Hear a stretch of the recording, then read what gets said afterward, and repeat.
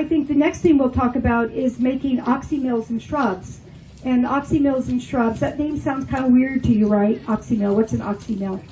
You were supposed to have handouts, by the way. They just forgot. They were so busy. And what I'll ask them to do is to post the handout on the website. Do they have a website for this? Yes, and then you can go and you can get the download. It has all of the recipes and all of the preparations on there for you. So they're all available for you. It's about 10 pages. So an oxymel and a shrub are basically names for the same product. Shrubs generally, you see shrubs a lot with the whole brewing industry now. So shrubs are oftentimes done with berries, where oxymels were done with all kinds of plants. But really, you can use that term interchangeably. And they're really, really fun to make, really, really just tonics and good for you, and also make really delicious summer drinks. So we all know that most sodas are not good for us. You know, they're just loaded with sugar and usually chemicals. And even the natural sodas, when you look at the amount of sugar, so once in a while it's great to have, but you don't really want to feed that all the time to your children and grandkids and partners and stuff. So making these shrubs are, and I wish I had one pre-made to send around for you can taste it, because they're really, really good.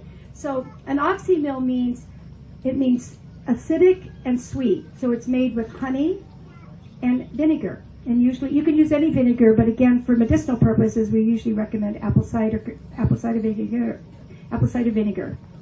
And so the preparation is made. There's two ways. You can mix equal parts of honey and vinegar together. I never make mine that sweet, by the way. I usually use like a half a part of honey to 1 part of vinegar, but the traditional recipes were equal parts, and sometimes even more honey, made it really sweet. Honey is an incredible preservative.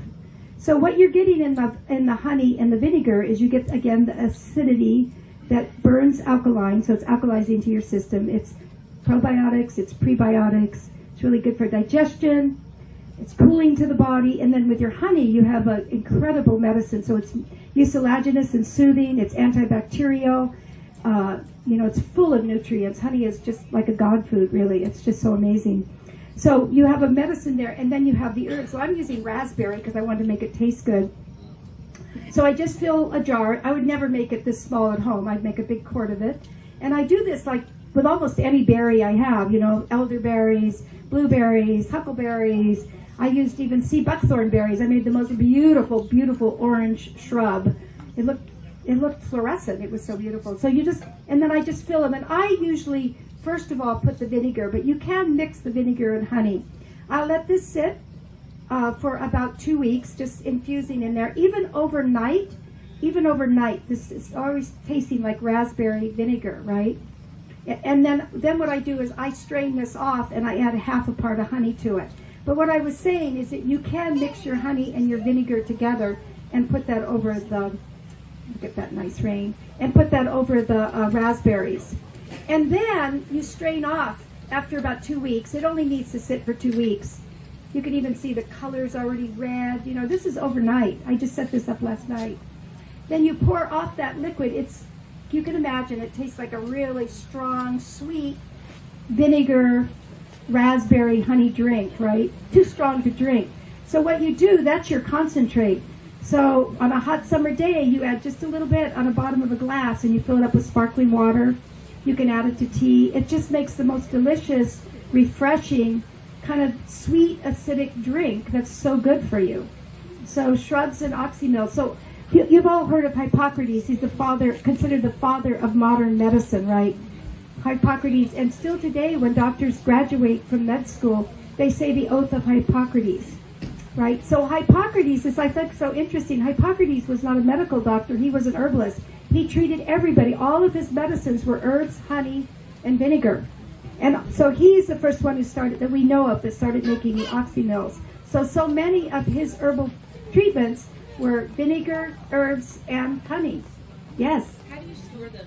Yeah, so honey we know has a long, long shelf life. Vinegar we know has a really good shelf life. So I store them usually in the refrigerator just because, but if you have a big family, real estate in the refrigerator is high end, right? So you might just, if you have a cool storage or someplace, refrigerator space is often used, taken up. So you can store them in a cool area and they'll last for a long time. But if you have a little space in the refrigerator, you can put them in there.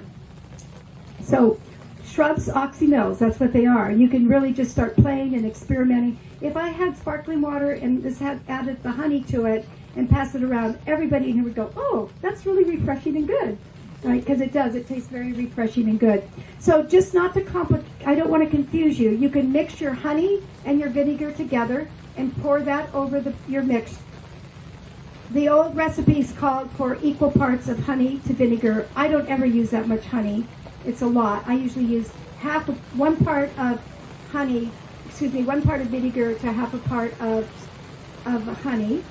And then I usually add the honey afterwards. Why would I add the honey afterwards? Because honey is not the best solvent. Honey is not as good a solvent. You can make like herb honeys and rose flower honeys, etc., but it doesn't extract the properties as well as vinegar.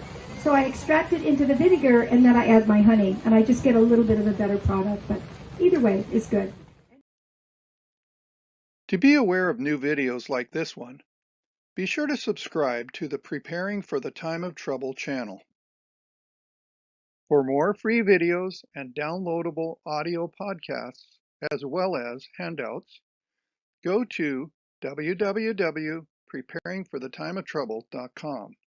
Topic categories include recordings of live seminar presentations, country living, sustainable gardening, homestead remedies, how to be self-sufficient when the grid goes down, wild edible and medicinal plants, hydrotherapy, and end-time Bible prophecies. To take advantage of these free resources, go to preparingforthetimeoftrouble.com.